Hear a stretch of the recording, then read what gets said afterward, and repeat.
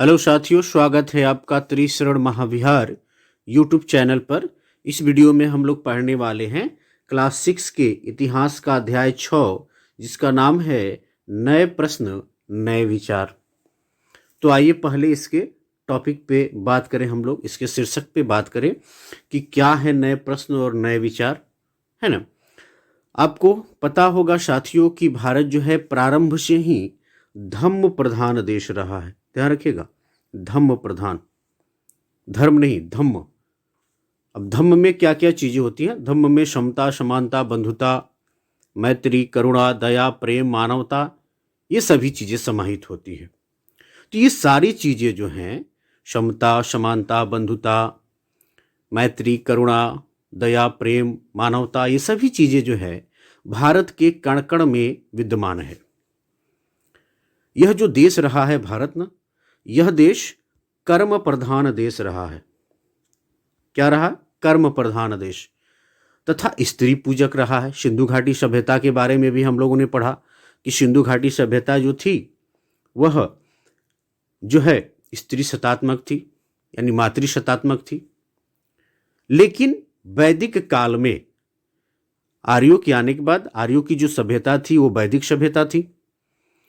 हमने आपको पढ़ाया, यदि पीछे का आपने पहले का वीडियो आपने देखा होगा तो आप जानते होंगे कि मध्य एशिया से जो है आर्यों का आगमन होता है भारत में, और सबसे पहले जो है उत्तर पश्चिम वाले एरिया पर जो सप्त संधव प्रदेश था, उस जगह को आर्य अपने कब्जे में लेते हैं और उसका नाम जो है ब्रह्मवर्त रखते हैं, यानी देवताओं की भूमि रखते हैं।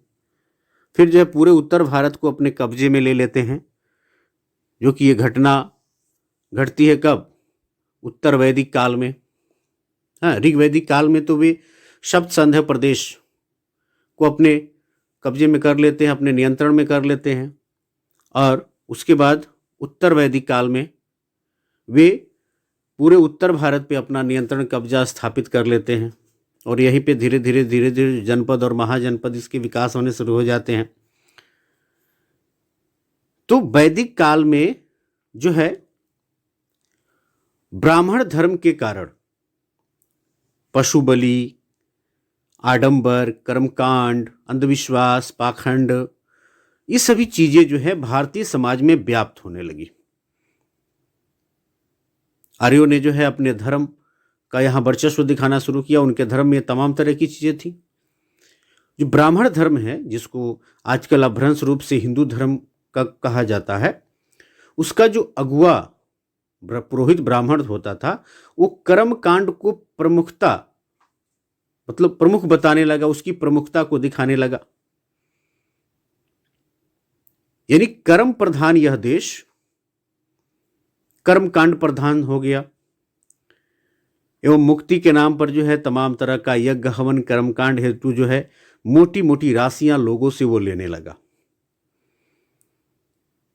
साथ ही जो है ब्राह्मण ग्रंथों को आप पढ़ेंगे, वेद पुराण या इनका जो महाभारत या जो रामायण है, रामचरितमानस, जो भी है, इनके ग्रंथों को आप पढ़ेंगे तो आप पाएंगे कि स्त्रियों की कितनी मतलब कि स्त्रियों का कितना अपमान किया गया है इनके ग्रंथों में, कितना शोषण भरा चीज उसमें लिखा हुआ है। तो स्त्री पूजक यह देश स्त्री शोषक बन गया। तमाम तरह के ब्राह्मण ग्रंथ पढ़ने पे आपको पता चल जाएगा। वैदिक काल में जो चतुर्थ वर्णीय व्यवस्था थी ना, हम लोगों ने पढ़ा जो है ऋग्वेद के 10वें मंडल में पुरुष सूक्त है, और उसी में चतुर्थ वर्णीय व्यवस्था की बात की गई है। तो जो चतुर्थ वर्णीय व्यवस्था थी, जिसमें आर्यों ने अपने को 3 श्रेष्ठ वर्णों में बांट दिया, ब्राह्मण, क्षत्रिय और वैश्य। ब्राह्मण जो है बुद्धि का काम करता था, पढ़ने पढ़ाने का काम उसका था, यज्ञ कर्मकांड करने का काम था। क्षत्रिय को राजपाट का काम दिया गया, और वैश्य को जो है व्यापार का काम दिया गया। और जो लोग यहाँ के जो मूल निवासी थे, जिनको वर्तमान भारतीय संविधान में 3 कैटेगरियों में रखा गया है, एससी है, एसटी है और पिछड़ा है, इनको जो है आर्यों ने शूद्र बनाकर कोई अधिकार नहीं दिया, और इनका काम सिर्फ सेवा करना निर्धारित कर दिया, है ना, सिर्फ सेवा करना निर्धारित कर दिया। तथा जो है इस समय आप पाएंगे 6ठी शताब्दी में हम लोग जब जनपद और महाजनपद के समय में आप पाएंगे कि इनको जातियों में बांटकर एक दूसरे के यहाँ आना जाना, है ना, उठन बैठन खान पीन रिश्ता नाता सब अधर्म घोषित कर दिया। यानी ये जो चूंकि संख्या में बहुत अधिक थे यहाँ के मूल निवासी, लगभग अभी वर्तमान समय में 85% माने जाते हैं, तो इनको भाई कैसे कमज़ोर किया जाए? कमज़ोर करने के लिए इनको तो बांटना पड़ेगा।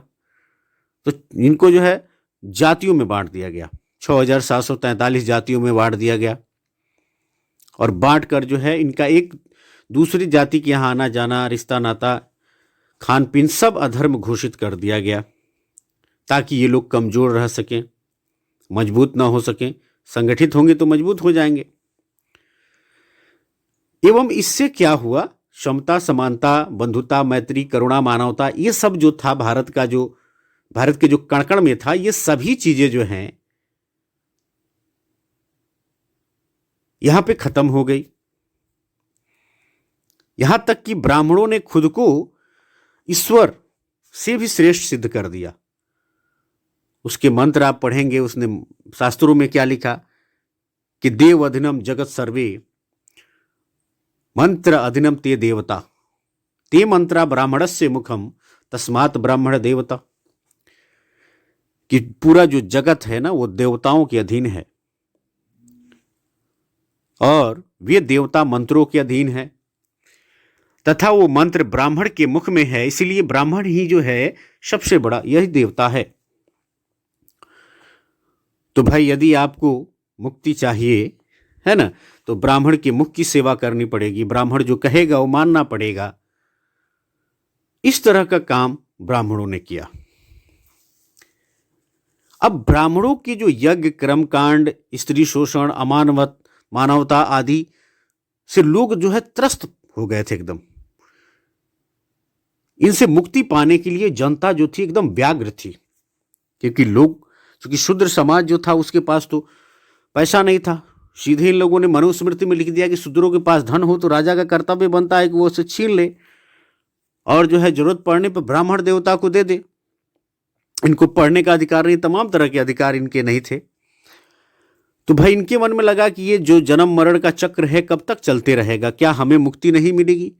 और कर्मकांड करवाना यज्ञ करवाना तो बहुत ज्यादा खर्चीला व्यवस्था था, उसके अलावा कोई विकल्प ही नहीं था मुक्ति के लिए, मानव जीवन से मुक्ति के लिए। नहीं तो जन्म मरण का चक्र चलते रहेगा, ऐसा लोगों के मन में बातें चल रही थी।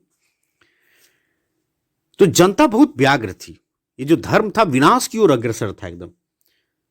ऐसे समय में जो है भारत में सिद्धार्थ का जन्म हुआ, जो कि बुद्ध हुए। कौन हुए? बुद्ध हुए, सिद्धार्थ। और इन्होंने अपनी शिक्षाओं और सिद्धांतों से कर्मकांड व आडंबर में उलझी जो जनता थी उस जनता को सहज सरल एवं बोधगम्य धम्म रूपी प्रकाश से आलोकित किया। किसने? तो गौतम बुद्ध ने। साथ ही जैन धर्म और कुछ उपनिषदों के बारे में भी हम लोग इसमें पढ़ेंगे। तो इस पाठ के अंतर्गत इन्हीं चीजों के बारे में हम लोग को जानकारी लेनी है, ठीक है। यह है अनघा निकली सैर पर। अनघा आज पहली बार अपने विद्यालय की ओर से सैर पे जा रही थी। इसके लिए उसने देर रात पुणे से वाराणसी की ट्रेन पकड़ी। स्टेशन पर अनघा को छोड़ने आई उसकी मां ने अध्यापिका से कहा, बच्चों को बुद्ध के बारे में बताने के साथ साथ उन्हें सारनाथ दिखाने को भी ले जाइएगा। यानी बुद्ध और सारनाथ का क्या संबंध है ये भी जानने वाले हैं, बुद्ध के बारे में हम लोग जानेंगे इसमें।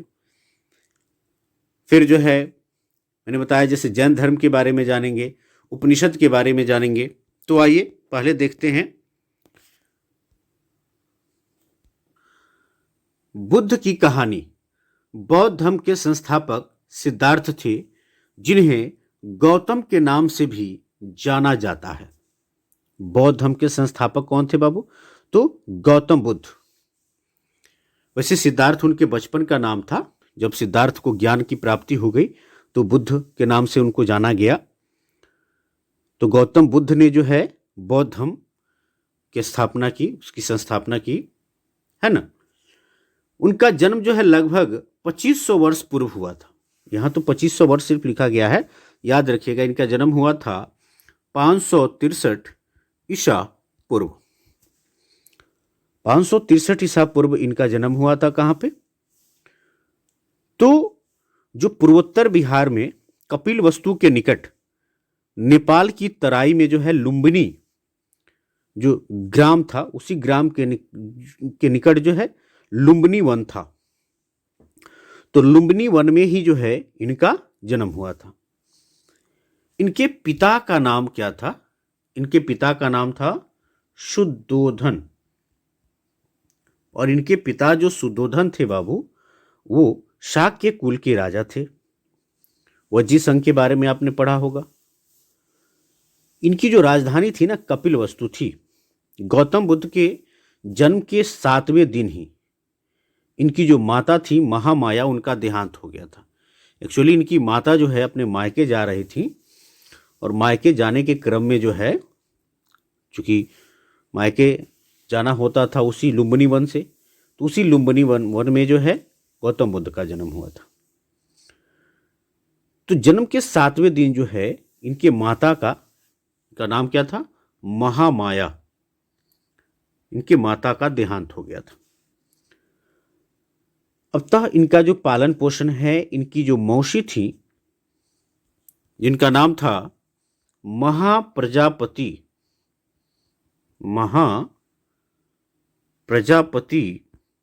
गौतमी ने इनका पालन पोषण किया। इसीलिए इनका नाम जो है गौतम भी मिलता है। बचपन से ही गौतम बुद्ध यानी सिद्धार्थ जो है वो चिंतनशील रहते थे। प्रायः जो है जम्मू वृक्ष के नीचे ध्यानमग्न बैठे रहते थे। इनकी इन गतिविधियों को देखकर इनके पिता बहुत चिंतित रहते थे कि भाई क्या होगा, मेरा एक ही वारिस है। तो इसको देखते हुए जो है 16 वर्ष की आयु में ही उन्होंने क्या किया, सिद्धार्थ का विवाह कर दिया। जो पड़ोस में जो कोलिये गढ़ थे, उनकी एक कन्या थी, इनका नाम था यशोधरा।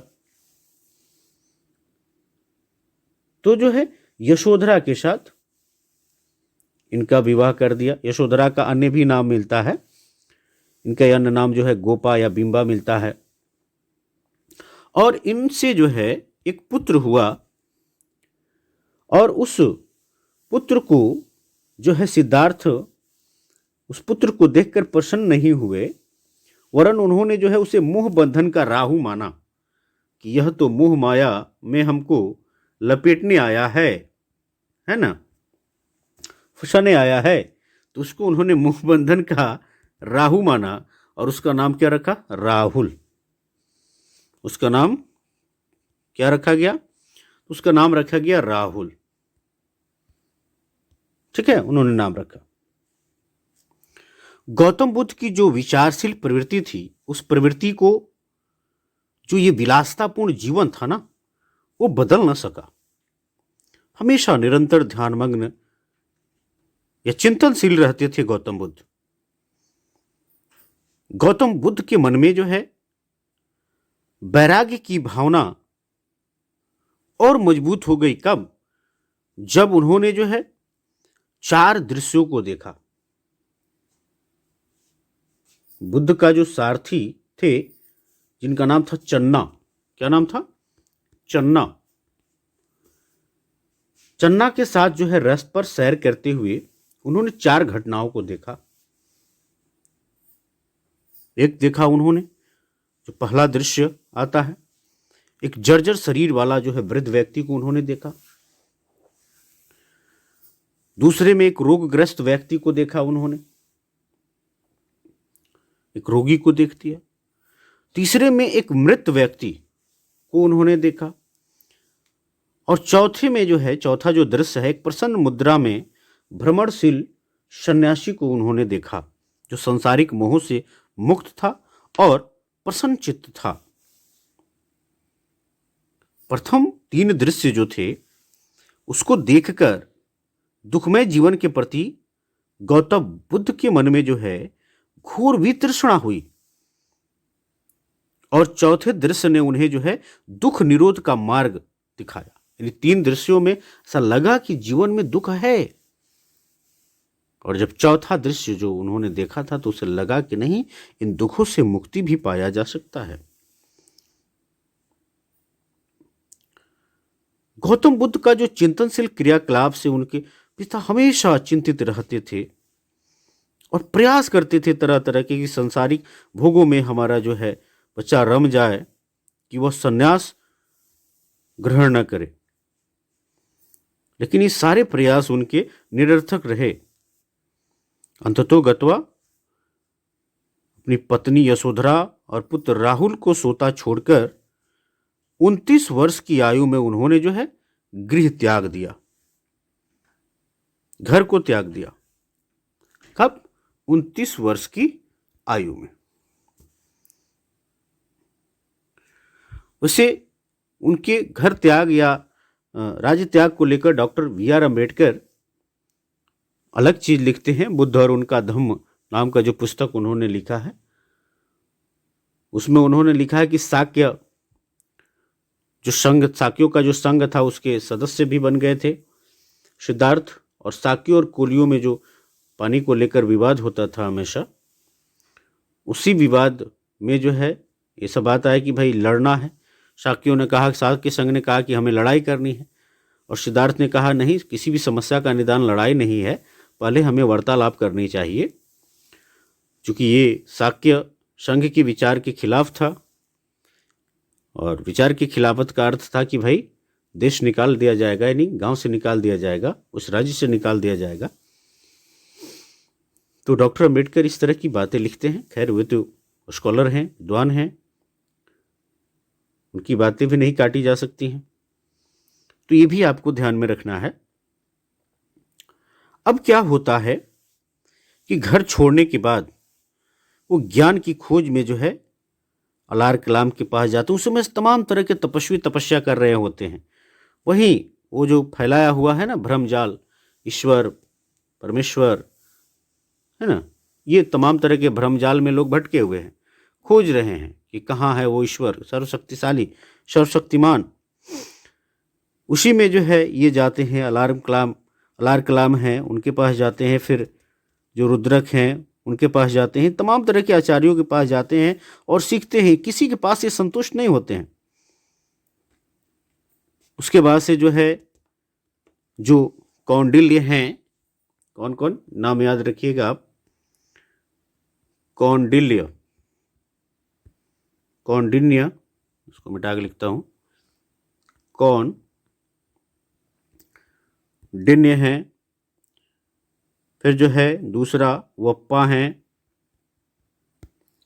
भादियां हैं तीसरा।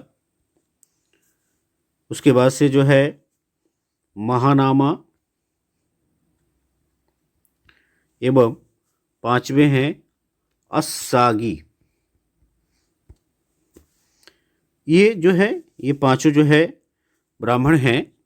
इन ब्राह्मणों के साथ जो है घोर तपस्या ये करते हैं और ज्ञान प्राप्त न होने पर तपस्या त्याग देते हैं। एक्चुअली क्या है कि ये बहुत अति खाना पीना छोड़ देना, एकदम शरीर जो है इनका सिर्फ हड्डियों का बंडल बन के रह जाते हैं, ये बाल नोचने लगते हैं। इस घोर तपस्या करना जिससे कि ईश्वर परमेश्वर या परम शक्ति जो है खुश हो जाए, जिस तरह से आपको सीरियलों में दिखाया जाता है कि तपस्या करके खुश किया जा सकता है, उसका दर्शन किया जा सकता है। और तमाम तरह के कठोर परिश्रम तपस्या करने के बाद भी कुछ चीज हासिल नहीं हो पाता है। फिर जो है एक गीत सुनते हैं, एक संगीत सुनते हैं। उसी बीच आपने पढ़ा होगा जिसमें है, जिसका बोल होता है कि अपनी बीड़ा के तार को इतना कसो मत कि वो टूट ही जाए, और इतना ढीला मत छोड़ो कि उससे आवाज ही ना निकले। फिर सिद्धार्थ के मन में विचार आता है कि भाई मैं रहूंगा ही नहीं तो फिर खोज कौन करेगा। इस तरह से मैं मृत्यु को प्राप्त हो जाऊंगा और मुझे कुछ भी प्राप्त नहीं हो पाएगा। तो जो है वे अपनी तपस्या को छोड़कर और मध्य मार्ग चुनते हैं। सुजाता जो है उसके हाथ से खीर ग्रहण करते हैं, और जो उनके 5 ब्राह्मण थे वो सोचते हैं कि भाई सिद्धार्थ अपने मार्ग से भटक गया है, उनका साथ छोड़ देते हैं वे लोग। फिर जो है अंत में गौतम बुद्ध जो सिद्धार्थ हैं वो निरंजना नदी के किनारे जो है, निरंजना जो नदी है उसके किनारे एक पीपल के वृक्ष के नीचे जो है दृढ़ निश्चय के साथ बैठ जाते हैं कि अब ज्ञान प्राप्त करके ही रहेंगे। जो मार है जिसको कामदेव कहते हैं, उसके नेतृत्व में अनेक जो है साचिक तृष्णाओं ने जो है उसकी समाधि को भंग करने का प्रयास किया, लेकिन वे सफल नहीं हो सके। अंततः जो है 8वें दिन वैशाख पूर्णिमा को जो है उन्हें ज्ञान की प्राप्ति हुई, बोधि की प्राप्ति हुई और वे बुद्ध कहलाए। वे क्या कहलाए? बुद्ध कहलाए। 35 वर्ष की अवस्था में, 29 वर्ष में उन्होंने छोड़ दिया और 6 साल तक वे तपस्या करते रहे और 35 वर्ष की अवस्था में जो है उनको ज्ञान की प्राप्ति हुई। ज्ञान प्राप्ति के बाद जो है बोध गया में ही तपस्सु, ठीक है, और जो है भल्लिक, तपस्सु और भल्लिक नामक 2 बंजारों को सबसे पहले वे अपना शिष्य बनाए और गया से जो है वे जो ऋषि पत्तनम है, जिसको सारनाथ के नाम से आप जानते हैं, सारनाथ पढ़े ना शुरू में कि सारनाथ भी जरूर घुमाइएगा, तो सारनाथ पहुंचे और वहां पे उन्हें जो है जो उरुवेला में छूटे हुए जो 5 जो ब्राह्मण साथी थे वे उन्हें पुनः मिले। उन्होंने तो शुरू में सोचा कि भाई सिद्धार्थ आ रहा है, उसको पूछेंगे नहीं हम लोग क्योंकि वो तो अपने मार्ग से भटक चुका है। लेकिन जब सिद्धार्थ उनके पास पहुंचते हैं तो उनकी तेज को देखकर ये अपने आप आसन छोड़ देते हैं और उन्हें बैठने के लिए आमंत्रित करते हैं। उनकी बातों को सुनकर, उनके ज्ञान, उनकी प्रबुद्धता को सुनकर वे आकर्षित हो जाते हैं।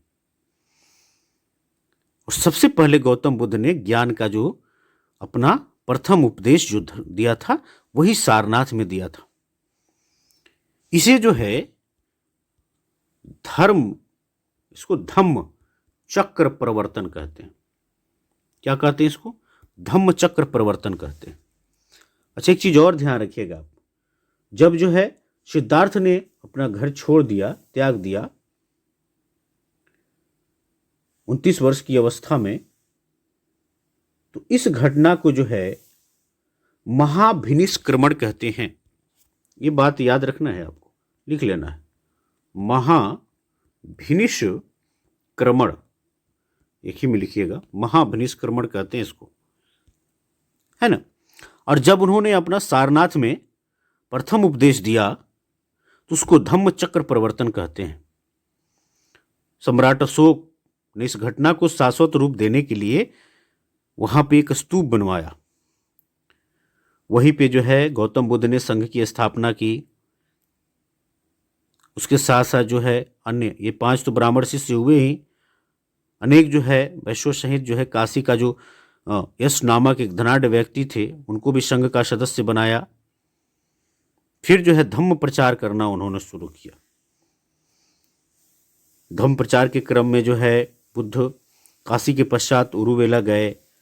वहाँ जो काश्यप नाम का एक कट्टर ब्राह्मण था उसको भी शिष्य बनाया। ये सारे लोग उनके ज्ञान से प्रभावित हो जाते थे, परास्त हो जाते थे और नतमस्तक हो जाते थे। राजगिरी पहुंचे तो सारिपुत्र और महामोद गल्यायन जो है उनके शिष्य बन गए।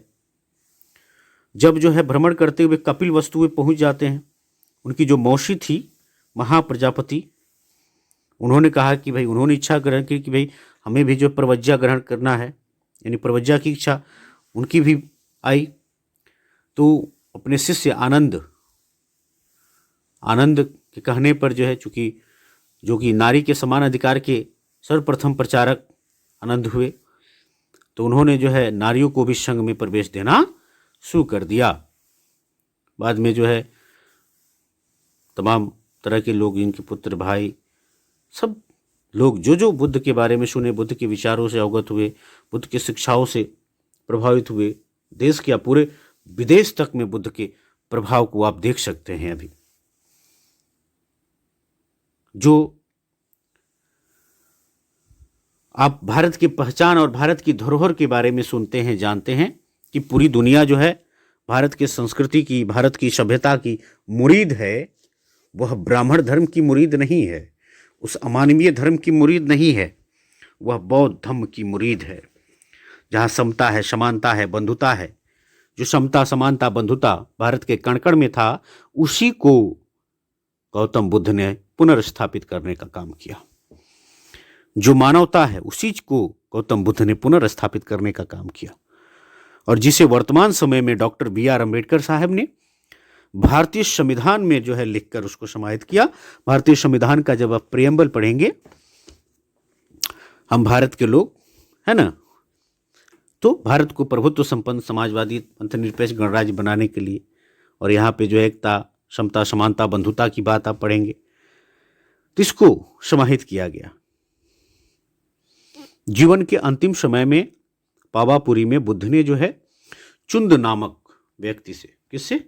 चुंद, उनके घर पे उनके हाथों से भोजन किया, और जो है वो जो भोजन था उसको शुकर करके नाम देते हैं, यानी जो मशरूम होता है ना, मशरूम, एक्चुअली वो मशरूम जो था वैसे सड़े गले चीजों पे उग जाता है, तो बहुत मतलब प्रेम से चुंद ने उसको बनाया था उस सब्जी को। लेकिन वो एक्चुअली क्या था कि वो जो मशरूम उगा हुआ था उसको जंगल से उन्होंने लाया था, तो विषैले जगह पे वो मशरूम उग गया था, तो विषैला हो चुका था, विषाक्त हो चुका था। इस चीज को तो चुंद नहीं जानते हैं, नहीं जानते थे भाई वो, तो उसकी उन्होंने सब्जी बनाई और उसी से उदर विकार से ये पीड़ित हो गए तथागत गौतम बुद्ध। ऐसा कहा जाता है कि पेचिश हो गया, और इसी अवस्था में जो है वे कुशीनगर आए, और यहां पे जो है 483 ईसा पूर्व में, कब? 483 ईसा पूर्व में, याद रखिएगा, 80 वर्ष की आयु में जो है उनकी मृत्यु हुई। बौद्ध धर्म में इस घटना को जो है महापरिनिर्वाण कहते हैं, ध्यान रखिएगा, महापरिनिर्वाण कहते हैं। उसके बाद से जो है महापरिनिर्वाण के बाद गौतम बुद्ध के अवशेषों को 8 भागों में बांट दिया गया। मगध के राजा जो अजातशत्रु हैं, है ना, उन्होंने तथा इस क्षेत्र की गणराज्यों में स्तूप निर्मित कर जो है बुद्ध अवशेष को सुरक्षित रखा गया। और महान जो मौर्य सम्राट अशोक ने तो बौद्ध धर्म के तमाम तरह के प्रचार प्रसार के कार्यों को किया। अब पढ़ेंगे इतिहास के कालक्रम में कि अजातशत्रु के समय ही जो है प्रथम बौद्ध संगीति हुई थी। तो एक्चुअली जो है जो बौद्ध धर्म था ना, वो बुद्धिवादी धर्म था, इसमें अंधविश्वासों का कोई स्थान नहीं, ये वैज्ञानिक प्रवृत्ति पर आधारित धर्म था। बुद्ध ने ईश्वर के अस्तित्व को नकार ही दिया, कहा कि तुम बेकार के कर्मकांडों के चक्कर में पड़े हुए हो, तुम्हें यदि जन्म मरण से मुक्ति चाहिए तो फिर जो है तुमको अपने कर्म सुधारने पड़ेंगे। कर्म पर बल दिया उन्होंने,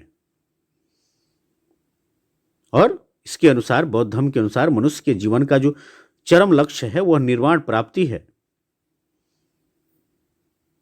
तो इस चीज का ध्यान रखना है। अभी बहुत सी बातें हैं, आइए पहले पढ़ते हैं कि और क्या क्या चीजें इसमें लिखी गई हैं।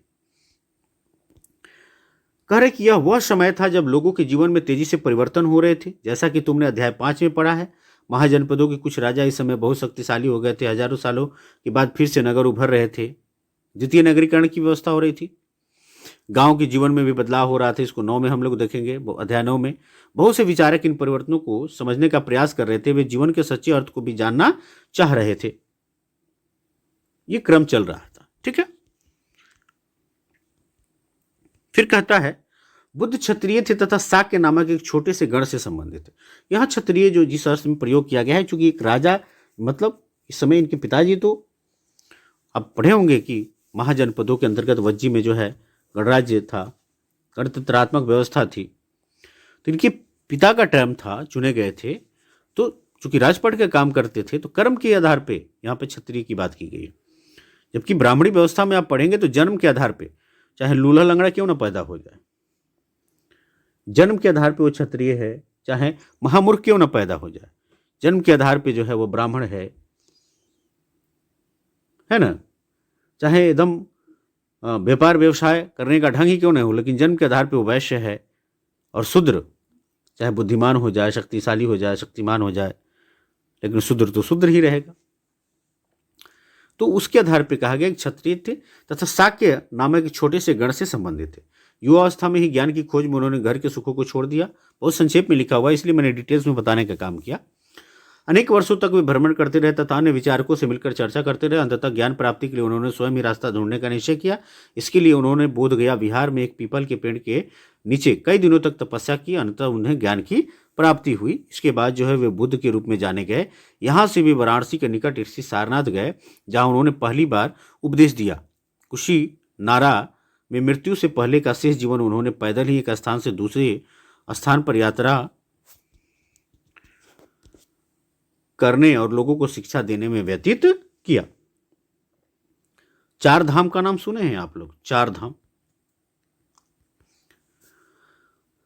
अभी अपभ्रंश रूप से प्रसारित कर दिया गया है कि चार धाम है। चार धाम में क्या कहा गया कि बद्रीनाथ, केदारनाथ, रामेश्वरम, जगन्नाथपुरी, यही चार धाम है।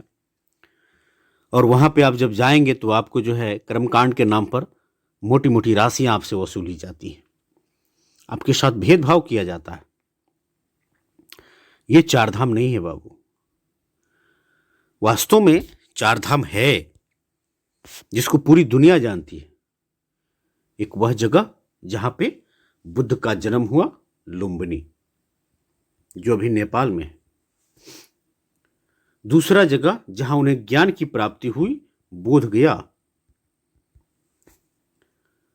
तीसरा जहां पे उन्होंने प्रथम बार धम्म उपदेश दिया, सारनाथ। और चौथा जगह जहां पे उन्होंने अपने शरीर का त्याग किया, चूंकि वो पहले ही अनाउंस कर चुके थे कि मैं अपने शरीर का त्याग कर दूंगा। बुद्ध तो प्राप्त था, उनको जगे हुए थे एकदम। महापरिनिर्वाण उसको कहते हैं। शरीर का त्याग उन्होंने किया जो कि नश्वर है। तो चौथा जो जगह जहां पे उन्होंने शरीर का त्याग किया वो था कुशीनगर, कुशीनारा यानी कुशीनगर, जो आज कुशीनगर के नाम से जाना जाता है, कुशीनारा। यही चार धाम है। यहां आप जाइए, एक देश, दो देश, तीन देश, चार देश नहीं, लगभग 200 देशों के लोग वहां आते हैं इन चार धामों पे। तमाम देशों के बुद्ध के जो है विहार बने हुए हैं, बुद्ध के स्थल बने हुए हैं, चैत्य बने हुए हैं, और वे भारत की सभ्यता, संस्कृति, उस धरोहर को अपने देश तक अपना रहे हैं। आप तो भ्रमित हैं कि आपको ये बता दिया जाता है कि ब्राह्मण धर्म या उसका भ्रंश नाम जो हिंदू धर्म है वह सारी दुनिया जो है उसको अपना रही है। ऐसा नहीं है।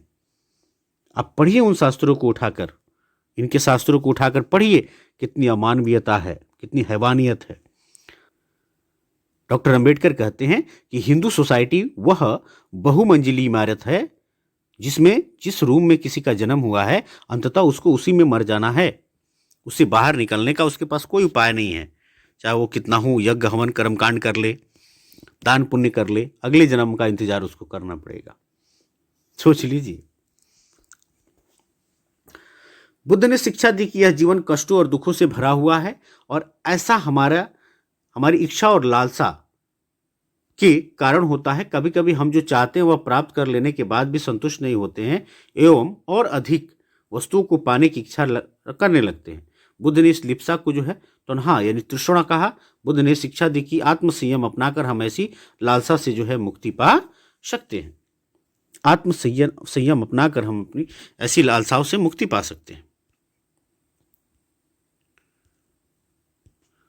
उन्होंने लोगों को दयालु होने तथा मनुष्यों के साथ जानवरों के जीवन का भी आदर करने की शिक्षा दी, क्योंकि पशु बलि भी शुरू हो गया था। ब्राह्मण धर्म के अनुसार पशुओं की बलि अंधाधुंध हो रही थी। आज भी इन स्थलों पे, ब्राह्मणों के स्थलों पे जाएंगे या उनकी संस्कृति से आप अवगत है तो खूब पशु बलि होती है। दशहरा के नाम पे या जगह जगह आप जाइएगा जो है खूब पशु बलि दी जाती है। बकरी, भैंसा, है ना, तमाम तरह के पशुओं को काटा जाता है। वे मानते थे कि हमारे कर्मों के परिणाम चाहे वे अच्छे हो या बुरे हमारे वर्तमान जीवन के साथ साथ बाद के जीवन को भी प्रभावित करते हैं। बुद्ध ने अपनी शिक्षा सामान्य लोगों की प्राकृत भाषा में दी। सवाल पूछे जाते हैं कि बुद्ध ने अपनी शिक्षा किस भाषा में दी, तो प्राकृत भाषा में दी। इससे जो है सामान्य लोग भी उनके संदेश को क्या कर सके, समझ सके। और वेदों की रचना के लिए किस भाषा का प्रयोग हुआ है, क्वेश्चन दिया हुआ है, तो आप जानते हैं कि संस्कृत का प्रयोग हुआ है। यहाँ देखिए एक स्तूप है, सारनाथ स्तूप। इस इमारत को स्तूप के नाम से जाना जाता है। यहीं पर बुद्ध ने अपना सर्वप्रथम उपदेश दिया। इसको हम लोगों ने पढ़ा, किसने बनवाया, अशोक ने। इसी घटना की स्मृति में यहाँ स्तूप का निर्माण किया गया। अध्याय 11 में तुम इन स्तूपों के बारे में अधिक जानकारी से जो है पढ़ा जाएगा। ये देखिए स्तूप है, यहाँ पे देख रहे हैं आप। बुद्ध ने कहा कि लोग किसी शिक्षा को केवल इसलिए नहीं स्वीकार करें कि यह उनका उपदेश है, बल्कि वे उसे अपने विवेक से मापें। आओ देखो उन्होंने ऐसा किस प्रकार किया। ये बहुत बड़ी बात है। बुद्ध का एक तर्क है कि जानो छानो तब मानो। ध्यान रखिएगा, ऐसा नहीं किसी भी बात को बुद्ध कहते हैं, जबकि ब्राह्मण शास्त्र का ऐसा है कि जानो नहीं, सिर्फ मानो। हमने कह दिया और तुम मानो। यदि तुम तर्क करोगे तो नर्क में जाओगे। और बुद्ध ने कहा कि नहीं, तर्क करो, तब जाके तुम उन्नति कर पाओगे, तब तुम सही चीज को पकड़ पाओगे। बुद्ध ने कहा कि किसी भी बात को इसलिए नहीं मान लिया जाए कि बहुत प्रतिष्ठित आदमी कह रहा है या मैं खुद कह रहा हूं, इसलिए नहीं मान लिया जाए। किसी भी बात को इसलिए नहीं मान लिया जाए कि बहुत सारे लोग मानते आ रहे हैं तो हम भी मान लेते हैं।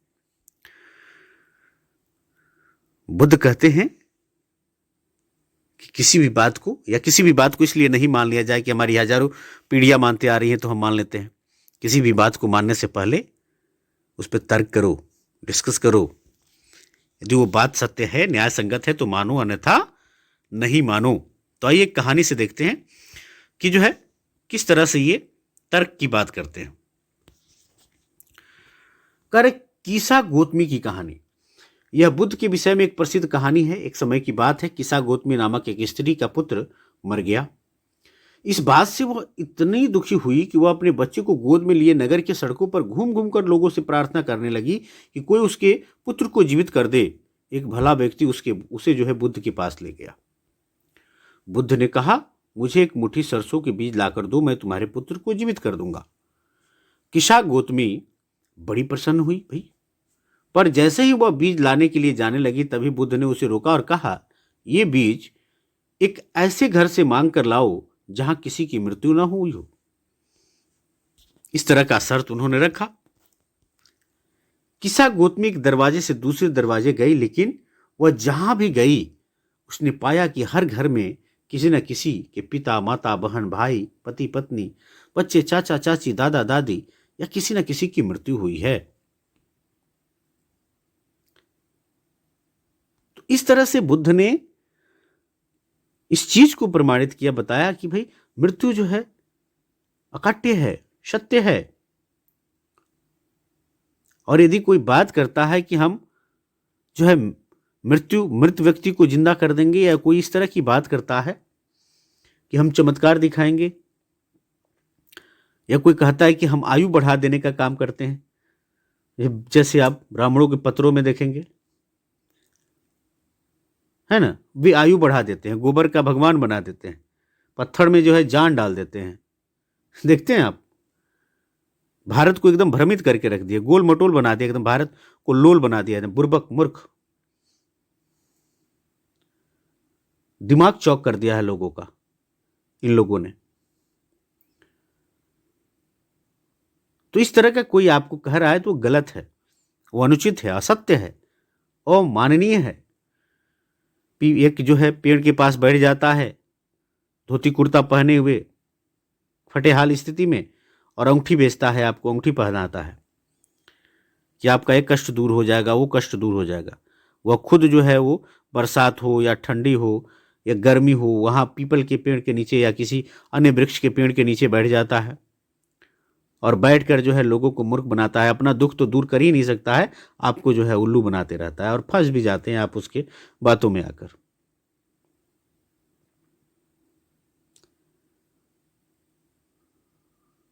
तो इन चीजों से बचिए, तर्क कीजिए, वितर्क कीजिए और जो है सत्य को जानिए। ज्यादा आप भटकना नहीं चाहते हैं तो बुद्ध के मार्ग को अपनाइए। बुद्ध ने भी ये कह दिया कि हमारे मार्ग को आंख बंद करके मत अपनाना, या मेरी पूजा मत करना, मेरी भक्ति मत करना। उन्होंने कहा आप दीपो भव, अपना प्रकाश खुद बनो। यदि दुख तुम्हारे जीवन में हुआ है तो उसके वो तुम्हारे कारण हुआ है, और उस दुख का निराकरण होगा तो तुम ही उसका निराकरण कर सकते हो।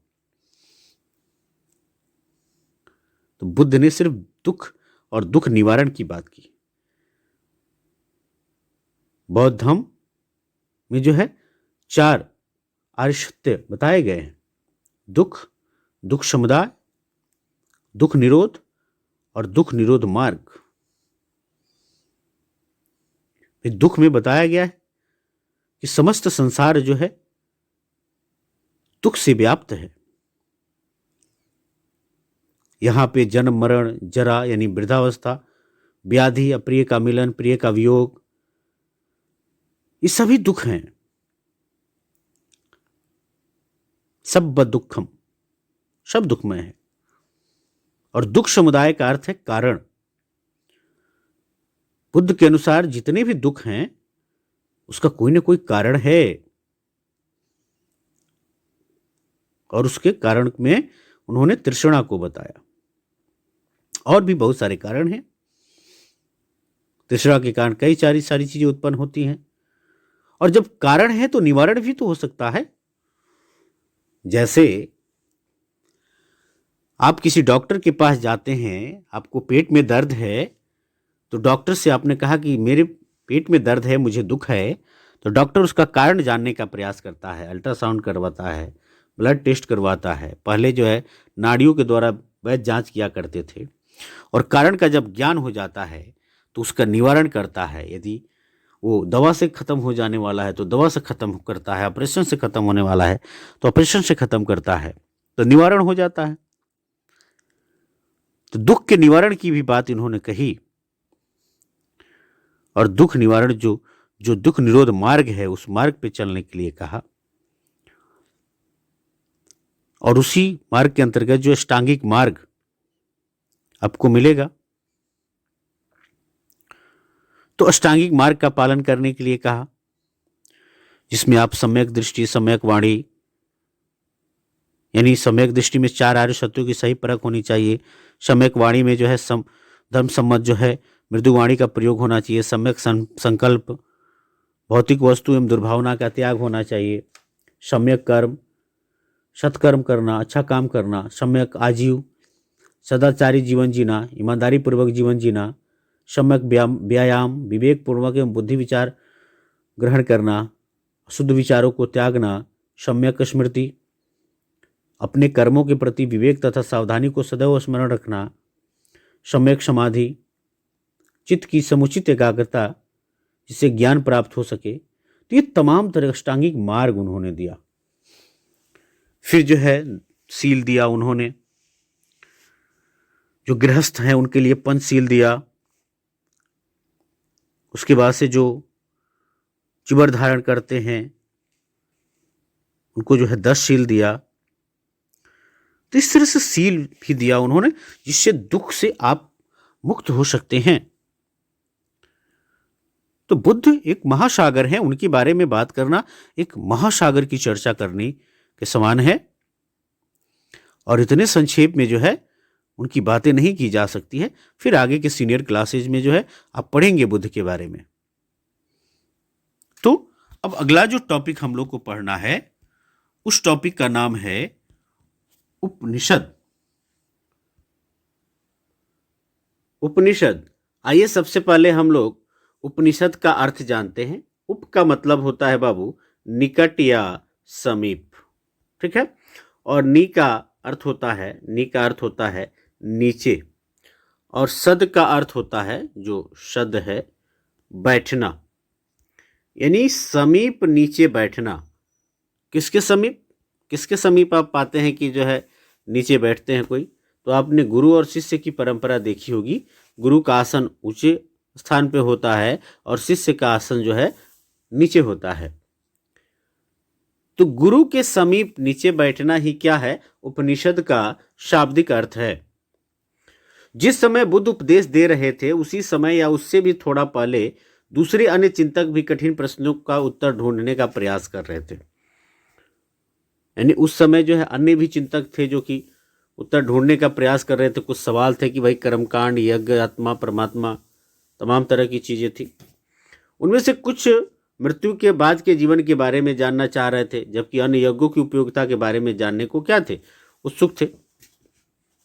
इनमें से अधिकांश चिंतकों का यह मानना था कि इस विषय में कुछ तो ऐसा है, इस विश्व में कुछ तो ऐसा है जो कि अस्थायी है और जो मृत्यु के बाद भी बचा रहता है। आप उपनिषदों को जब पढ़ेंगे तो आप उपनिषदों के पढ़ने के दौरान पाएंगे कि यहाँ पे वेदों का खंडन किया गया। वेद और वेदांग, उपनिषदों की संख्या की बात करें हैं बाबू तो 108 उपनिषद हैं। इनमें से जो है 12 जो है सर्वोपरि और प्राचीन उपनिषद माने जाते हैं। कौन कौन से? तो ये जो 12 हैं इसमें ईशावास्य उपनिषद है, ऐतरेय है, छांदोग्य उपनिषद है, केन है, तैत्तिरीय है, कट है, श्वेताश्वर है, बृहदारण्यक है, प्रश्न है, मुंडक है, मांडुक्य है और कौशितकी है। ये 12 उपनिषद जो है ये प्रमुख माने जाते हैं, प्राचीन माने जाते हैं। तो इसमें आप मुंडक उपनिषद को जब आप पढ़ेंगे तो उसमें मुंडक उपनिषद में आपको मिल जाएगा कि चारों वेद जो है, ऋग्वेद, यजुर्वेद, सामवेद, अथर्ववेद और जो वेदांग हैं, 6 वेदांग हैं बाबू, ध्यान रखिएगा। शिक्षा है, वेदांग कौन कौन सा है? शिक्षा, कल्प, ठीक है। उसके बाद से जो है व्याकरण, छंद और ज्योतिष, निरुक्त, छंद, निरुक्त और ज्योतिष, है ना, ज्योतिष, सॉरी। तो ये जो 6 वेदांग हैं, इन 6 वेदांगों और चारों वेदों की को ये बताया गया कि ये निकृष्ट हैं, अपरा हैं, यानी नीच हैं।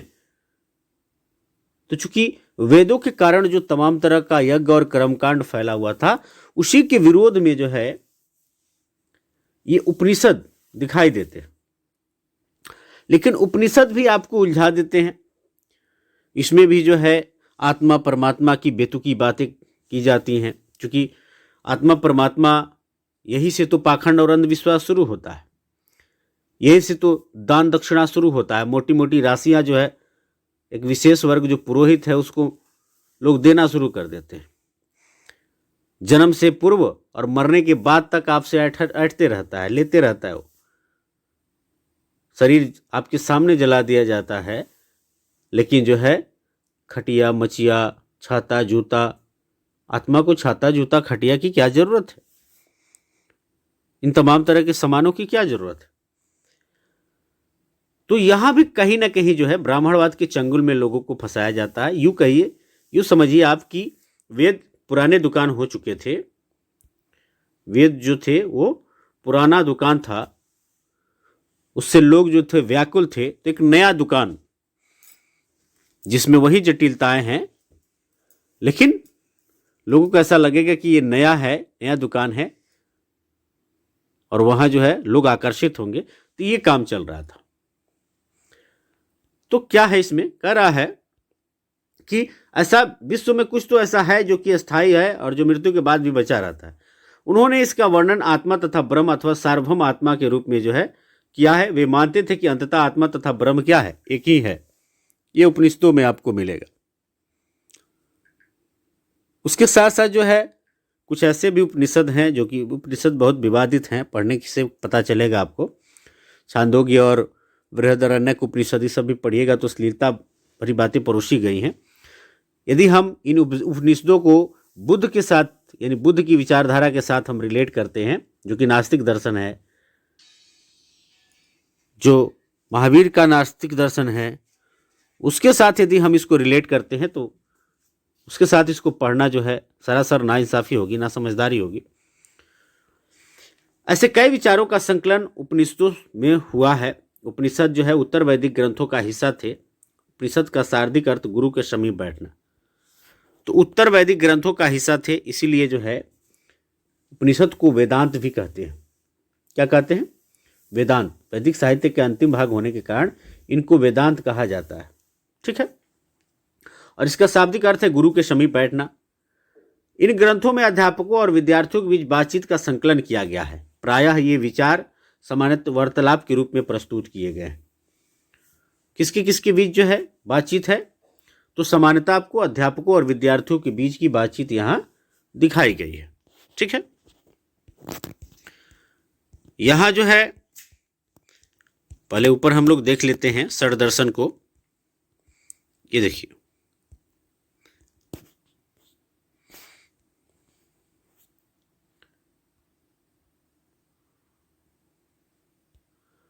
भारतीय दर्शन की 6 पद्धति षड दर्शन। आइए षड दर्शन को देखते हैं। 6 दार्शनिक परंपराएं जो है कुछ हैं, जैसे सदियों से भारत द्वारा सत्य की बौद्धिक खोज का प्रतिनिधित्व दर्शन की 6 शाखाओं ने किया। ये वैशेषिक, न्याय, सांख्य, योग, पूर्व मीमांसा और वेदांत या उत्तर मीमांसा के नाम से जो है जाने जाते हैं, जो षड दर्शन है। दर्शन के जो है इन 6 पद्धतियों की स्थापना क्रमशः ऋषि कणाद ने किसकी स्थापना की? तो वैशेषिक की। गौतम ने न्याय की स्थापना की। कपिल ने जो है सांख्य की। पतंजलि योग की। जैमिनी पूर्व मीमांसा और व्यास जो है उत्तर मीमांसा की स्थापना करते हैं। तो इसके संस्थापक माने जाते हैं, जो आज भी देश में बौद्धिक चर्चा को जो है दिशा देते हैं। जर्मन मूल के ब्रिटिश भारतविद थे कौन? फ्रेडरिक मैक्स मूलर के अनुसार जो है दर्शन की इन 6 शाखाओं का विकास कई पीढ़ियों के दौरान व्यक्तिगत विचारकों के योगदान से हुआ। यद्यपि जो है ये एक दूसरे से भिन्न दिखते हैं, तथापि सत्य की इनकी जो है समझ में आधारभूत जो है तालमेल दिखता है। ये जो षड दर्शन है, ये षड दर्शन याद रखना है आपको, और कौन उसके संस्थापक हैं ये भी आपको याद रखना है। आइए जो है कहानी हम लोग पढ़ते हैं जो कि उपनिषद से संबंधित है। बुद्धिमान भिखारी। यह वार्तालाप छांदोग्य उपनिषद नामक प्रसिद्ध उपनिषद की एक कहानी पर आधारित है। शौनक व अभिप्रतारिण नामक 2 ऋषि जो है सार्वभौम आत्मा की उपासना करते थे। एक बार ज्यों ही वे भोजन करने के लिए बैठे, एक भिखारी आया और भोजन मांगने लगा। शौनक ने कहा, हम तुम्हें कुछ नहीं दे सकते। भिखारी ने पूछा, विद्वजन आप किसकी उपासना करते हैं? अभिप्रतारिण ने उत्तर दिया, सार्वभौम आत्मा की हम उपासना करते हैं। ओह, इसका मतलब आप यह जानते हैं कि यह कौन कहता है? भिखारी। आप यह जानते हैं कि यह जो सार्वभौम आत्मा है संपूर्ण विश्व में विद्यमान है। जो ऋषि थे, है ना, तो ऋषियों ने कहा, हाँ हम यह जानते हैं। शौनक और अभिप्रतारिण ने कहा। भिखारी ने फिर पूछा, अगर यह सार्वभौम आत्मा संपूर्ण विश्व में विद्यमान है तो यह मेरे अंदर भी विद्यमान है। मैं कौन हूं? मैं इस विश्व का एक भाग ही तो हूं। भिखारी तर्क देता है। तुम सत्य बोलते हो युवा ब्राह्मण। देखिए इन ऋषियों का जो है जवाब आता है, वो भी जो है परमात्मा के नाम पे कैसे उनका आत्मा के नाम पे जो है आत्मा परमात्मा के नाम पे कैसे भोजन लेता है, देख लीजिए। इसलिए हे ऋषियों, मुझे भोजन न देकर कौन कह रहा है? जो भिखारी है। आप उस भिखारी कौन? यानी ब्राह्मण। समझ गए आप? अक्षरता जो है इन्हीं को दिखाया गया है। सार्वभौम आत्मा को भोजन देने से मना कर रहे हैं, यानी मुझे नहीं भोजन दे रहे। इसका मतलब है कि आप जिस आत्मा को सार्वभौम आत्मा में विश्वास रखते हैं उसको भोजन देने से मना कर रहे हैं। भिखारी की बात की सच्चाई जानकर ऋषियों ने उसे क्या कर दिया? भोजन दे दिया, है ना। तो इस तरह से जो है ये आत्मा परमात्मा की तरफ आपको ले जाकर उलझाते हैं। कहीं भी जो है नास्तिक दर्शन नहीं इनमें मिलता है, वैज्ञानिक सोच नहीं मिलता है बुद्ध की तरह। इन चर्चाओं में भाग लेने वाले अधिकांशतः पुरुष ब्राह्मण तथा राजा होते थे। देख लीजिए, ब्राह्मण जो कि पढ़ने पढ़ाने का काम करते थे और राजा के जो राजकुमार होते थे उनके शिष्य होते थे। कभी कभी गार्गी जैसे स्त्री विचारकों का भी उल्लेख मिलता है और विद्वता के लिए प्रसिद्ध गार्गी राज दरबार में होने वाले वाद विवाद में भाग लिया करती थी। वैसे मैंने आपको बताया है कि जो ब्राह्मण ग्रंथ हैं उसमें शूद्रों और समस्त स्त्रियों का, चाहे किसी भी सवर्णों की घर की ही महिलाएं क्यों ना हो, उनका भरपूर अपमान किया गया है। तमाम तरह के ब्राह्मण ग्रंथ पढ़ेंगे तो आप मिल जाएगा। तो आप एक जो है बृहद जो अरण्यक उपनिषद है, उस बृहद अरण्यक उपनिषद को पढ़िएगा तो गार्गी याज्ञवल्क्य और गार्गी संवाद में जो है याज्ञवल्क्य गार्गी को जो है धमकी देते हैं, धमकाते हैं कि ज्यादा बहस ना करो, नहीं तो तुम्हारे सिर तोड़ दिए जाएंगे। इस तरह की चीजें आपको मिलेंगी उसमें। उसके बाद से जो है अन्य जो उपनिषद आप पढ़िएगा तो मिलेगा, जैसे जो आपस्तंभ धर्मसूत्र में कहा गया है कि यदि शूद्र जो है वेद मंत्र सुनता है तो उसके कान में शीशा जो है डाल देना चाहिए। मनुस्मृति में भी आपको मिल जाएगा ये। मैत्रेयी संहिता में जो है नारी को पाशा एवं सूरा के समान जो है 3 प्रमुख बुराइयों में गिना गया है। यानी जिस तरह से पाशा है, शूरा है, उसी तरह से नारी भी जो है ये बुराइयों के अंतर्गत है। ये नारी को जो है इस तरह से जो है घृणित दिखाया गया है। आप तैतरीय संहिता में जो है स्त्री को शूद्र व पतित माना गया है, आप मिले उसमें मिलेगा आपको। उसके बाद ऐतरेय ब्राह्मण आप जब पढ़ेंगे, ये उपनिषद है सब, तो इसमें पुत्री को जो है सभी दुखों का मूल माना गया है कि यदि भाई कहीं पुत्री जन्म ले ले तो वो सभी दुखों का मूल है, उस घर में दुख ही दुख है। तो इस तरह से जो है उपनिषदों में भी ऐसा नहीं है कि जो जैसे मैंने कहा ना कि बुद्ध की तरह जो नास्तिक दर्शन आया जिसमें समता समानता की बात आई, धम्म जो सिंधु घाटी सभ्यता में थी, उस धम्म को बुद्ध ने पुनर्स्थापित किया। समता समानता बंधुता मानवता कि जिन चीज़ों को उन्होंने पुनर्स्थापित किया वो चीज़ उपनिषद के अंतर्गत भी आ गए, ऐसा नहीं मिलेगा। उपनिषद को आप पढ़िएगा तो आपको स्पष्ट हो जाएगा। और कुछ उपनिषदों पे तो भरपूर आरोप लगता है, आप पढ़ेंगे भी तो आपको मिल जाएगा, भरपूर अश्लीलता संबंधी बातें की गई है। तो यहाँ जो है इसको तनिक भी ना मानेंगे कि हाँ ये बुद्ध की विचारधारा की तरह ही ये थे। बुद्ध कभी भी आत्मा की बात को नहीं स्वीकारते। अभी हम लोग जैन के बारे में पढ़ेंगे, महावीर के बारे में पढ़ेंगे। वे आत्मा के सवाल पे फंस जाते हैं।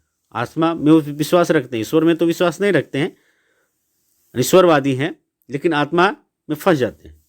इसीलिए जो है उतना प्रसिद्ध नहीं हो सके, जैन धर्म उतना जो है पॉपुलर नहीं हो सका जितना कि बौद्ध धर्म हुआ। निर्धन व्यक्ति इस तरह के वाद विवाद में बहुत कम ही हिस्सा लेते थे। इस तरह का एक प्रसिद्ध अपवाद सत्यकाम जबाल का है। सत्यकाम जबाल का नाम उसकी दासी माँ के नाम पर पड़ा। सत्यकाम के मन में सत्य जानने की तीव्र जिज्ञासा उत्पन्न हुई। गौतम नामक एक ब्राह्मण ने उसे अपने विद्यार्थी के रूप में स्वीकार किया। चलिए भाई, यहाँ तो स्वीकार कर लिया है, लेकिन आप जानते हैं कि भाई एकलव्य को पढ़ाया नहीं गया और गुरु दक्षिणा स्वरूप जो है उससे अंगूठा मांग लिया गया। ये कितने न्यायिक थे, यहाँ स्पष्ट ही हो जाता है। तो स्वीकार कर लिया गया तथा वह अपने समय के सर्वाधिक प्रसिद्ध विचारकों में से एक बन गए। उपनिषदों के कई विचारों का विकास बाद में प्रसिद्ध विचारक शंकराचार्य के द्वारा किया गया, जिसके बारे में जो है अध्याय 7 में पढ़ा जाएगा। तो वहाँ शंकराचार्य के बारे में भी जाना जाएगा। शंकराचार्य को लेकर भी हकीकत बातें की जाएगी कि क्या सच्चाई है और क्या सच्चाई नहीं है। व्याकरणविद पाणिनि, इस युग में कुछ अन्य विद्वान भी खोज कर रहे थे। उन्हीं प्रसिद्ध विद्वानों में एक पाणिनि ने संस्कृत भाषा के व्याकरण की रचना की। उन्होंने स्वरों तथा व्यंजनों को एक विशेष क्रम में रखकर उसके आधार पर सूत्रों की रचना की। ये सूत्र बीज गणित के सूत्रों से काफ़ी मिलते जुलते हैं। इनका प्रयोग कर उन्होंने संस्कृत भाषा के प्रयोगों के नियम लघु सूत्रों लगभग 3000 के रूपों में जो है लिखे। उसके बाद से जो है जैन धर्म। जैन धर्म इसी युग में अर्थात लगभग 2500 वर्ष पूर्व जैन धर्म के 24वें तथा अंतिम तीर्थंकर वर्धमान महावीर ने भी अपने विचारों का प्रसार किया। जो वर्धमान महावीर थे वे जैन धर्म के 24वें तीर्थंकर थे। कौन से 24वें तीर्थंकर? आप जैन धर्म के बारे में पढ़िएगा तो जैन धर्म की जो स्थापना है वह जो है ऋषभदेव ने किया था। ऋषभदेव को जैन धर्म का संस्थापक माना जाता है। सम्राट जो भरत थे उनके पिता का नाम था ऋषभदेव। और आप जब पढ़ेंगे ऋग्वेद में दो जैन मुनियों की भी चर्चा की गई है, ऋषभदेव की और अरिष्टनोमी, इन दोनों के नाम मिलते हैं। और सबसे प्राचीन जो प्रवर्तक हैं ऋषभदेव ही हैं। जैन धर्म का प्रथम तीर्थंकर इनको माना जाता है। और जो वर्धमान महावीर हैं वो तो 24वें तीर्थंकर थे। और जैन धर्म के जो 23वें तीर्थंकर थे उनका नाम था पार्श्वनाथ। क्या नाम था? पार्श्वनाथ। और पार्श्वनाथ के अनुयायियों को जो है निर्ग्रंथ कहा गया था, जाता था। क्या कहा जाता था? निर्ग्रंथ। ध्यान रखिएगा, निर्ग्रंथ कहा जाता था पार्श्वनाथ के अनुयायियों को। तो पार्श्वनाथ को लेकर थोड़ा सा हम लोग बात कर लें कि पार्श्वनाथ के पिता का क्या नाम था। इनके पिता का नाम था अश्वसेन और इनकी माता जो थी, अश्वसेन इनके पिता थे और इनके माता का नाम वामा था। इनकी पत्नी जो है कुशस्थल की राजकुमारी थी प्रभावती। और 30 वर्ष की आयु में इन्होंने जो है राजमोह त्याग करके संन्यास ग्रहण कर लिया था। किन्होंने? पार्श्वनाथ ने। तो पार्श्वनाथ के बारे में हम लोग संक्षेप में चर्चा किए। बेसिकली हम लोग को चर्चा करना है वर्धमान महावीर के बारे में। तो वर्धमान महावीर का जन्म, जिसे यहाँ लिख दिया कि 2500 ईसा वर्ष जो है पूर्व, 2500 वर्ष पूर्व। तो एग्जैक्ट डेट याद रखेंगे, 540 ईसा पूर्व जो है बिहार का जो वैशाली है, वैशाली के पास ही जो है कुंड ग्राम है, जो कि वर्तमान में मुजफ्फरपुर जिला है। इसी कुंड ग्राम में वर्धमान महावीर का जन्म होता है। इनका जो वास्तविक नाम था वो वर्धमान था। क्या था? वर्धमान। और इनके पिता का नाम सिद्धार्थ था। वज्जी संघ का नाम सुने हैं ना? तो थोड़ा सा ये पढ़ते फिर बात करेंगे। वह वज्जी संघ के लिच्छवी कुल के एक क्षत्रिय राजकुमार थे। यानी वहां पे वज्जी संघ जो था वह लोकतंत्रात्मक व्यवस्था थी। इस संघ के विषय में तुमने अध्याय 5 में पढ़ा। 30 वर्ष की आयु में उन्होंने घर छोड़ दिया और जंगल में रहने लगे। 12 वर्ष तक उन्होंने कठिन व एकाकी जीवन व्यतीत किया। इसके बाद उन्हें ज्ञान की प्राप्ति हुई। 30 वर्ष में उन्होंने गृह त्याग कर दिया। तो कुछ और जान ले, इनके माता का क्या नाम था? इनके माता का नाम था त्रिशला। आपको नोट करते रहना हर एक चीज को। और इनका जो शादी हुआ, इनकी जो पत्नी थी उनका नाम था यशोदा। यशोदा से इनका शादी होता है। और इनकी पुत्री का जो नाम था वह अड़ोज्या था। अड़ोज्या। एक और नाम मिलता है अड़ोज्या का, प्रिय दर्शनी भी मिलता है। प्रिय दर्शना याद रखिएगा, दर्शना। अड़ोज्या का नाम मिलता है क्या? प्रिय दर्शना, है ना? तो जैसा कि हम लोगों ने पढ़ा कि 30 वर्ष की आयु में इन्होंने क्या किया? गृह को त्याग दिया, घर छोड़ दिए। और 12 वर्षों तक जो है इन्होंने कठिन तपस्या किया। तपस्या करने के बाद जो है इन्हें ज्ञान की प्राप्ति हुई। तो समस्त इंद्रियों पर जो है ये विजय प्राप्त कर लिए थे। तो इसीलिए इनको जो है जीन कहा गया, विजेता। और इनके जो अनुयायी हुए उनको जैन कहा गया, वे जैन कहलाए। 72 वर्ष की आयु में जो है पावा में इन्हें 468 ईसा पूर्व में जो है निर्वाण प्राप्त हुआ। और चूंकि अपरिमित पराक्रम दिखाने का काम इन्होंने किया, इसीलिए इन्हें महावीर स्वामी भी कहा गया। महावीर स्वामी कहा गया। ये बातें आप ध्यान रखेंगे। इनको जो है अरहत भी कहा जाता है। अरहत का मतलब होता है पूज्य।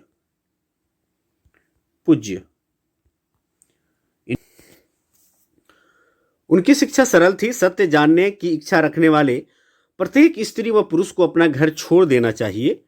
उन्हें अहिंसा के नियमों का कड़ाई से पालन करना चाहिए, अर्थात किसी भी जीव को न तो कष्ट देना चाहिए और न ही उसकी हत्या करनी चाहिए।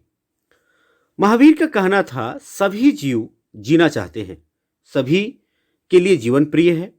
महावीर ने अपनी शिक्षा प्राकृत में दी। किस भाषा में दी? प्राकृत भाषा में। तो प्राकृत भाषा में उन्होंने शिक्षा दी। यही कारण है कि साधारण जो जन भी उनके तथा उनके अनुयायियों की शिक्षाओं को समझ सके। देश के अलग अलग हिस्सों में प्राकृत के अलग अलग रूप प्रचलित थे। प्रचलन क्षेत्र के आधार पर जो है उनके अलग अलग नाम थे। जैसे मगध में जो है बोली जाने वाली प्राकृत मागधी कहलाती थी, तो उसी में जो है उन्होंने शिक्षा दिया, जो अर्धमागधी है या मागधी है। जैन नाम से जाने गए महावीर के अनुयायियों को भोजन के लिए जो है भिक्षा मांगकर सदा जीवन व्यतीत करना होता था, बिताना होता था जो है उनका जीवन। तो जैन क्यों कहा गया? क्योंकि ये जिन हुए, विजेता हुए, इसीलिए इनके अनुयायी जैन कहलाए। उन्हें पूरी तरह से ईमानदार होना पड़ता था तथा चोरी न करने की उन्हें जो है सख्त हिदायत थी। उन्हें ब्रह्मचर्य का पालन करना होता था। पुरुषों को वस्त्रों सहित सब कुछ त्याग देना पड़ता था। तो आप पढ़ेंगे इसमें इनके अंदर भी श्वेतांबर हुए, दिगंबर हुए, है ना। तो वस्त्रों के सहित जो है सब कुछ जो है पुरुषों को क्या कर देना पड़ता था? त्याग देना पड़ता था। यहां देखिएगा कह रहा है कि जैन शब्द जिन शब्द से निकला है, जिसका अर्थ होता है विजेता। तो महावीर के लिए जिन शब्द का प्रयोग क्यों हुआ है? तो मैंने बता ही दिया कि भाई समस्त इंद्रियों पर इन्होंने क्या किया था? विजय प्राप्त कर लिया था, इसीलिए इनको जिन कहा गया और इनके अनुयायी जो है जैन कहलाए। अधिकांश व्यक्तियों के लिए ऐसे कड़े नियमों का पालन करना बहुत कठिन था। फिर भी हजारों व्यक्तियों ने इस नई जीवन शैली को जानने और सीखने के लिए अपने घरों को छोड़ दिया। कई अपने घरों पर ही रहे और भिक्षु भिक्षुणी बने लोगों को भोजन प्रदान कर उनकी सहायता करते रहे।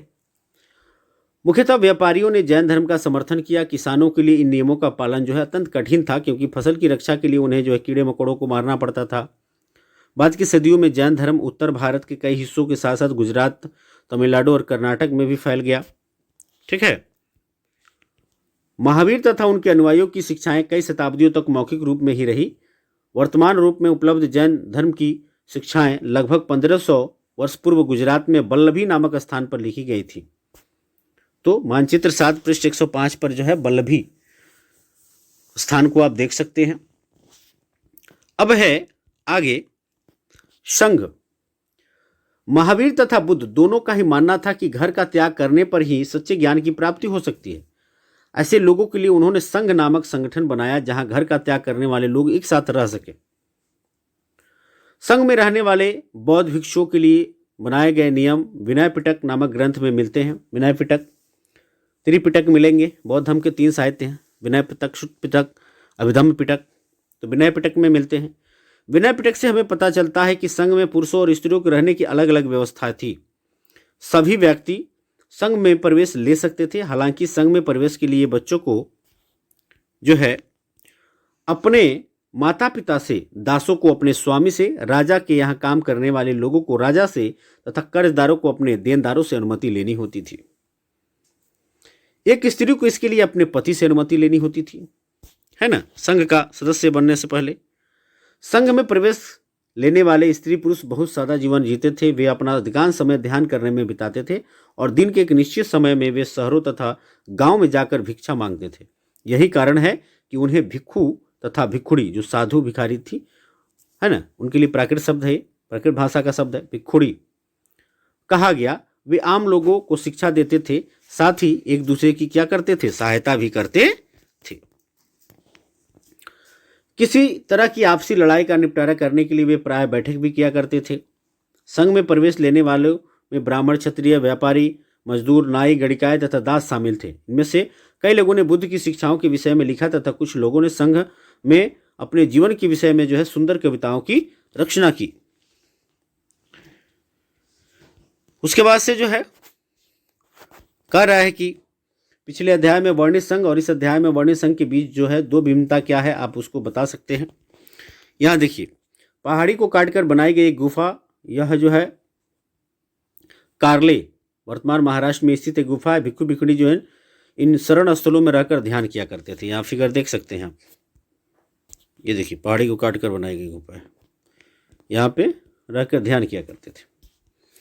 आइए देखते हैं क्या लिखता है। विहार, आप जानते हैं कि बिहार जो प्रदेश है, जो राज्य है, बिहार प्रांत जो है, इसका नाम बौद्ध विहारों की संख्या अधिक होने के कारण ही पड़ा। विहारों की संख्या, तो ये बिहार। जैन तथा बौद्ध भिक्षु पूरे साल एक स्थान से दूसरे स्थान घूमते हुए उपदेश दिया करते थे। केवल वर्षा ऋतु में जब यात्रा करना कठिन हो जाता था तो वे एक स्थान पर ही निवास करते थे। ऐसे समय वे अपने अनुयायियों द्वारा उद्यानों, में बनवाए गए अस्थायी निवासों में अथवा पहाड़ी क्षेत्रों की प्राकृतिक गुफाओं में रहते थे। जैसे जैसे समय बीतता गया, भिक्षु भिक्षुणियों ने स्वयं तथा उनके समर्थकों ने अधिक अस्थायी शरणा स्थलों की आवश्यकता का अनुभव किया।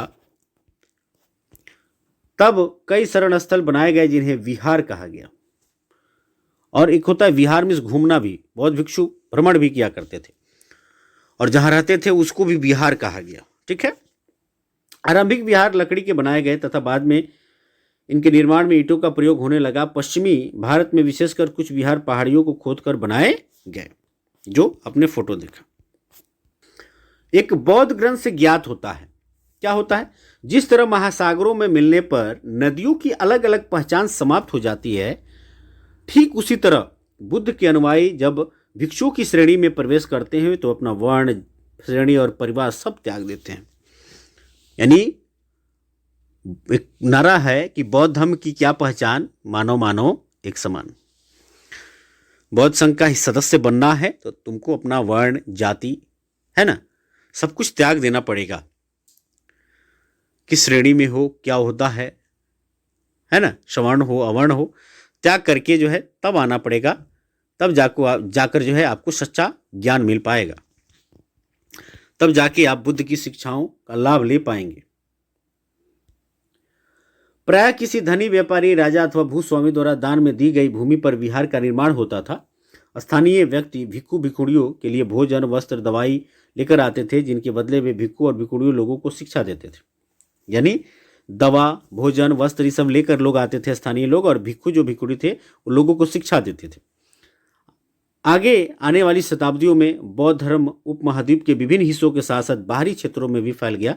अध्याय 9 में जो है इनके बारे में हम लोग और अधिक विस्तार से पढ़ेंगे कि कैसे जो है पूरे एशिया में, एशिया के साथ साथ जो है एशिया के अन्य हिस्सों में भी जो है बौद्ध धर्म का पूरा प्रचार प्रसार हुआ। भारत को आज बुद्ध की भूमि के नाम से जाना जाता है।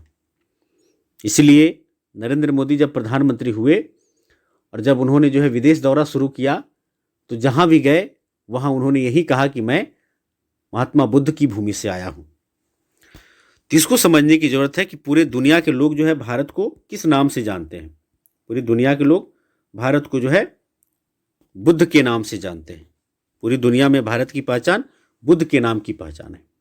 इसको समझना होगा आपको। ठीक है।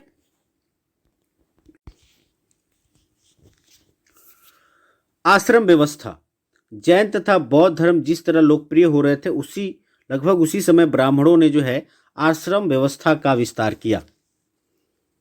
आप पढ़ेंगे जब ब्राह्मण ग्रंथों को तो आपको मिलेगा कि जो है आश्रम व्यवस्था की स्थापना जो है उत्तर वैदिक काल में हुई थी। कब हुई थी? उत्तर वैदिक काल में। और छांदोग्य उपनिषद जब आप पढ़िएगा तो उसमें जो है केवल 3 आश्रमों का उल्लेख मिलता है। और सबसे पहले जो है जो जाबाल उपनिषद है, मैंने बताया ना जाबाल के बारे में कहानी पढ़े हम लोग, तो जो जाबाल उपनिषद है उस उपनिषद में जो है सर्वप्रथम 4 आश्रम बताए गए हैं। उत्तर वैदिक काल में केवल 3 आश्रम बताए गए। कौन कौन से 3 आश्रम थे वे?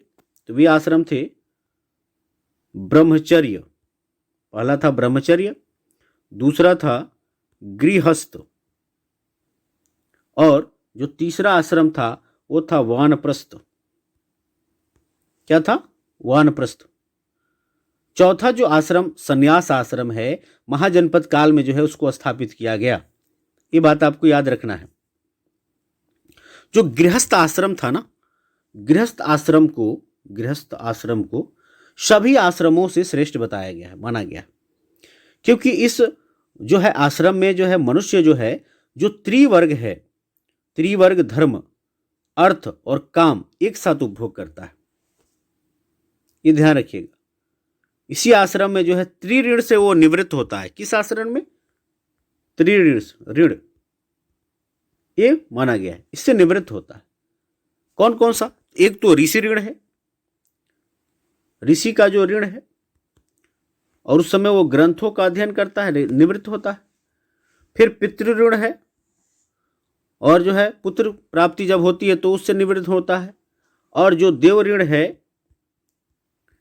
यज्ञ करके जो है देव ऋण से जो है वो निवृत्त होता है। तो कहीं ना कहीं ब्राह्मणों ने घेरा लोगों को कि भाई किसी न किसी तरह हमको पूछें, हम पुरोहित हैं तो हमारे पेट कैसे चलेंगे भाई, धंधा हमारा कैसे चलेगा। तो इस तरह की बातें रखी गई। मनुस्मृति जब आप पढ़िएगा तो मनुस्मृति में जो है इसका वर्णन मिलता है और क्या क्या बताया गया है उसको जानेंगे। पहले आइए पढ़ते हैं इसको। यहाँ आश्रम शब्द का तात्पर्य लोगों द्वारा रहने तथा ध्यान करने के लिए प्रयोग में आने वाले स्थान से नहीं है, बल्कि इसका तात्पर्य जो जीवन के एक चरण से है। ये मत समझ लीजिएगा आश्रम माने रहने का जगह, नहीं, जीवन का चरण। ब्रह्मचर्य, गृहस्थ, वानप्रस्थ तथा संन्यास नामक 4 आश्रमों की व्यवस्था की गई। ब्रह्मचर्य के अंतर्गत ब्राह्मण, क्षत्रिय तथा वैश्य से अपेक्षा की जाती थी कि इस चरण के दौरान वे सादा जीवन बिताकर जो है वेदों का अध्ययन करेंगे। कौन कौन? ब्राह्मण, क्षत्रिय और वैश्य। शूद्रों के लिए कुछ नहीं था, कोई आश्रम भाश्रम नहीं, शूद्र को पढ़ने का अधिकार नहीं है, शूद्र को सिर्फ सेवा करना है, उनको इंसान बनने की कोई जरूरत नहीं है, वो जानवर बने रहे काफ़ी है। फिर भी शूद्र जो है आज ब्राह्मण धर्म को बचाने के लिए, ब्राह्मण ग्रंथों को बचाने के लिए एकदम टूट पड़ते हैं। ये उनकी मूर्खता का परिचायक है। गृहस्थ आश्रम के अंतर्गत उन्हें विवाह कर एक गृहस्थ के रूप में जो है रहना होता था। वानप्रस्थ के अंतर्गत जो है उन्हें जंगल में रहकर साधना करनी थी। गृहस्थ के अंतर्गत विवाह करके गृहस्थ के रूप में रहना था और वानप्रस्थ के अंतर्गत जो है जंगल में रहना होता था। अंततः उन्हें सब कुछ त्यागकर सन्यासी बन जाना था। आश्रम व्यवस्था में लोगों को अपने जीवन का कुछ हिस्सा जो है ध्यान में लगाने पर बल दिया। प्राय स्त्रियों को वेद पढ़ने की अनुमति नहीं थी, देख रहे हैं ना, और उन्हें अपने पतियों द्वारा पालन किए जाने वाले आश्रम का ही अनुसरण करना होता था। जो पति जो आश्रम का पालन करते थे उसी का अनुसरण करना होता था। तो पहला जो आश्रम था ब्रह्मचर्य को लेकर बात करेंगे तो 25 वर्ष तक जो है व्यक्ति को इस आश्रम में रहना होता था और वह इस आश्रम में जो ब्राह्मण, क्षत्रिय, वैश्य जो है वो गुरु के पास रहकर अनुशासन में रहकर शिक्षा ग्रहण करते थे। और दूसरा जो आश्रम था जिसको गृहस्थ आश्रम कहते हैं, 25 से 50 वर्ष की आयु तक जो है व्यक्ति को इस आश्रम में रहना होता था। इसमें विवाह करता था, संतान उत्पन्न करता था, धन कमाता था, परिवार का पालन पोषण करता था, यज्ञ करता था, तमाम तरह की चीज़ें करता था। और फिर तीसरा आश्रम आपको मिलेगा वानप्रस्थ आश्रम, 50 से 75 वर्ष की आयु तक, और इसमें जो है व्यक्ति को इस आश्रम में रहना होता था 75 वर्ष तक। घर परिवार छोड़कर जो है वनों में जाकर जो है आध्यात्मिक जो है दार्शनिक शिक्षा ग्रहण करता था व्यक्ति वानप्रस्थ आश्रम में।